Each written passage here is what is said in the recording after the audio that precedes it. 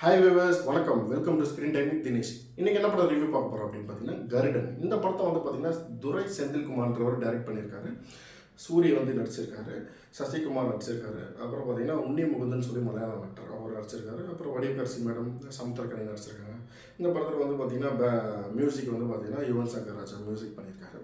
இந்த படத்தோட கதை என்னன்னு பார்த்தீங்கன்னா தேனி மாவட்டத்தில் ஒரு நடக்கிற ஒரு கதை. சின்ன வயசுல வந்து சசிகுமாரும் உன்னி முகுந்தனும் ஒரு ஃப்ரெண்ட்ஸாக இருப்பாங்க. இவங்களுக்கு வந்து பார்த்தீங்கன்னா முனிமுகந்துக்கு ஒரு சின்ன வயசில் ஒரு சின்ன ஒரு ஆபத்து வரும்போது பார்த்தீங்கன்னா இப்போ சூரிய வந்து அவர் வந்து ஒரு உதவி செய்வார். அப்போ வந்து அவருக்கு ஊர் பேர் தெரியாது, யாருமே இல்லைன்னு உன்னிமுகந்தன் வந்து அவர் வீட்டுக்கு கூட்டிகிட்டு போயிடுவார்.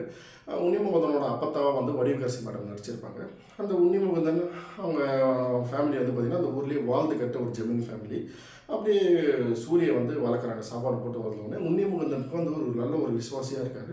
உன்னிமுகந்தனும் சசிகுமாரும் ஃப்ரெண்ட்ஸாக இருக்காங்க. உன்னிமுகந்தன், சசிகுமார், சூரி இவங்க 3 பேரை பேஸ் பண்ணி தான் அந்த கதை போகுது. அந்த ஊரில் வந்து ஒரு கோயில் தலைவராக இவங்க வடிவகரசி மேடம் இருக்காங்க. அந்த ஊரில் வந்து அந்த கோயிலில் வந்து பார்த்திங்கன்னா ஒரு முக்கியமான ஒரு விஷயம் இருக்குது, பட்டயம்னு சொல்லுவாங்க. அதுக்கு வந்து மதிப்பு பார்த்திங்கன்னா 20 கோடி இருப்பாங்க. மினிஸ்டர் வந்து பார்த்திங்கன்னா அதை எப்படியாவது எடுக்கணும் அப்படின்னு சொல்லி பிளான் பண்ணுவாங்க. மினிஸ்டருக்கு வந்து மயம் கோபி அவர் வந்து உதவி செய்வார்.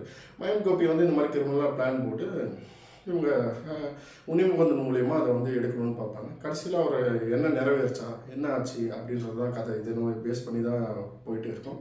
இந்த படத்தில் வந்து நிறைய ப்ளஸ் மைனஸ் நிறைய இருக்கும். இதில் வந்து பார்த்திங்கன்னா வில்லன் வந்து பார்த்திங்கன்னா வெளியிலே இல்லை, உங்களுக்குள்ளேயே தான் இருப்பாங்க. அது கிளியராக தெரியுது. உன்னிமுகந்தன்றவர் தான் வில்லனாக வருவார். அவர் வந்து ஒரு மலையாள ஆக்டர். சசிகுமார் வந்து எப்பவுமே வந்து பார்த்திங்கன்னா ஒரு நியாயத்து பக்கம் தான் நிற்பார். எப்பவுமே அவர் வழக்கம் போல் அவர் எல்லா படத்துலையும் அந்த மாதிரி தான் ஒரு நியாயம் எந்த பக்கம் இருக்கோ நியாயத்துக்காக வந்து சண்டை போடுவார். ஒரு வந்து பார்த்திங்கன்னா அவர் உன்னிமுகந்தன் வந்து பார்த்திங்கன்னா நல்ல ஒரு வாழ்ந்து கட்டு ஜெமித்தனா ஒரு பணம் தேவைப்படும். பணம் தேவைப்படுறதுனால சில கெட்ட காரியங்களுக்கெல்லாம் துணை போவார், சில விஷயங்கள்லாம் பண்ணுவார். சூரிய வந்து அது தெரிஞ்சும் கம்முன்னு இருப்பார், விஸ்வாசின்றதுனால அது தெரிஞ்சும் கம்முன்னு இருப்பார்.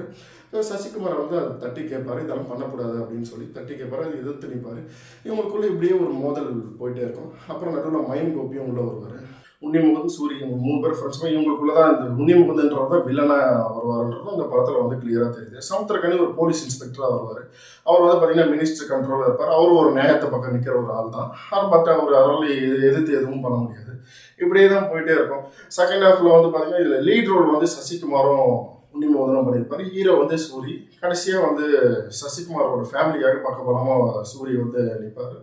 இந்த மாதிரி தான் வந்து கதை போயிட்டே இருக்கும்.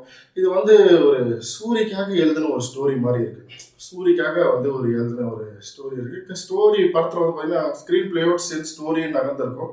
ஒரு ஆஸ் யூஷுவல் ஒரு சினிமா தான். புதுசாக ஒன்றும் ஒரு சினிமா அந்த மாதிரியெல்லாம் இல்லை. வழக்கமான ஒரு கமர்ஷியல் சினிமா தான் இது. இந்த படத்தை வந்து பார்த்தீங்கன்னா ஸ்டார்டிங்லேருந்து எண்டு வரைக்கும் பார்த்தீங்கன்னா உங்களுக்கு அப்படியே கதையும் நகரும், அப்படியே ஸ்க்ரீன் பிளேயும் உங்களுக்கு ஒரு ரொம்ப கொஞ்சம் போர் அடிக்காமல் போகிற மாதிரி இருக்கும். பட் ஆனால் ரொம்ப புதுசாக நம்ம எதிர்பார்க்குற அளவுக்கு இந்த படத்தில் வந்து எதுவுமே இல்லை.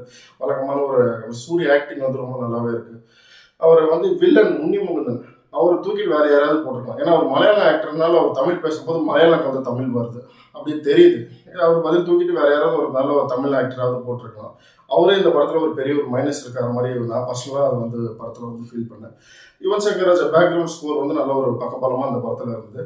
சசிகுமார் ஆக்டிங் வந்து ரொம்ப நல்லாவே இருந்தது. அவர் ஒரு இன்சிடென்ட் எனக்கு செகண்ட் ஹாஃபில் அது என்ன இன்சிடென்ட் நீங்கள் படம் பார்த்து தெரிஞ்சுக்கணும். மற்றபடி இந்த அடுத்தடுத்த சீன் என்ன நடக்கும்ன்றது ஆடியன்ஸ் வந்து ஜட்ஜ் பண்ண முடியுது. இதுதான் நடக்கும், அப்படிதான் போகுதும், அப்படிதான் கதை அப்படின்ற மாதிரி. இது ரொம்ப ஒரு வழக்கமான ஒரு சினிமா தான். ரொம்ப நம்ம எதிர்பார்த்து போகிற அளவுக்கு ஒரு சினிமாலாம் கிடையாது. ரொம்ப ஒரு வழக்கமான சினிமா. வீக்கெண்டில் எனக்கு போர் அடிக்குது, படம் பார்க்கணும் அப்படின்னா தாராளமாக நீங்கள் தேட்டரில் போய் ஒரு தடவை இந்த படத்தை வந்து பார்க்கலாம். மற்றபடி பார்த்தீங்கன்னா ரொம்ப எக்ஸ்பெக்ட் பண்ணுற அளவுக்கு இந்த மரம் வந்து பேசுகிற அளவுக்கு இல்லை. ஒரு ஆஸ் யூஷுவல் ஒரு கமர்ஷியல் சினிமா தான். இந்த படத்தோட ரேட்டிங் என்ன அப்படின்னு பார்த்தீங்கன்னா, அந்த படத்துக்கு நம்ம என்ன ரேட்டிங் அப்படின்னு பார்த்தீங்கன்னா 2.5 அவுட் ஆஃப் 5 இந்த படத்தோட ரேட்டிங். வீடியோ பிடிச்சிருந்தா மறக்காமல் லைக் பண்ணுங்கள், ஷேர் பண்ணுங்கள், சப்ஸ்கிரைப் பண்ணுங்கள். தேங்க்யூ.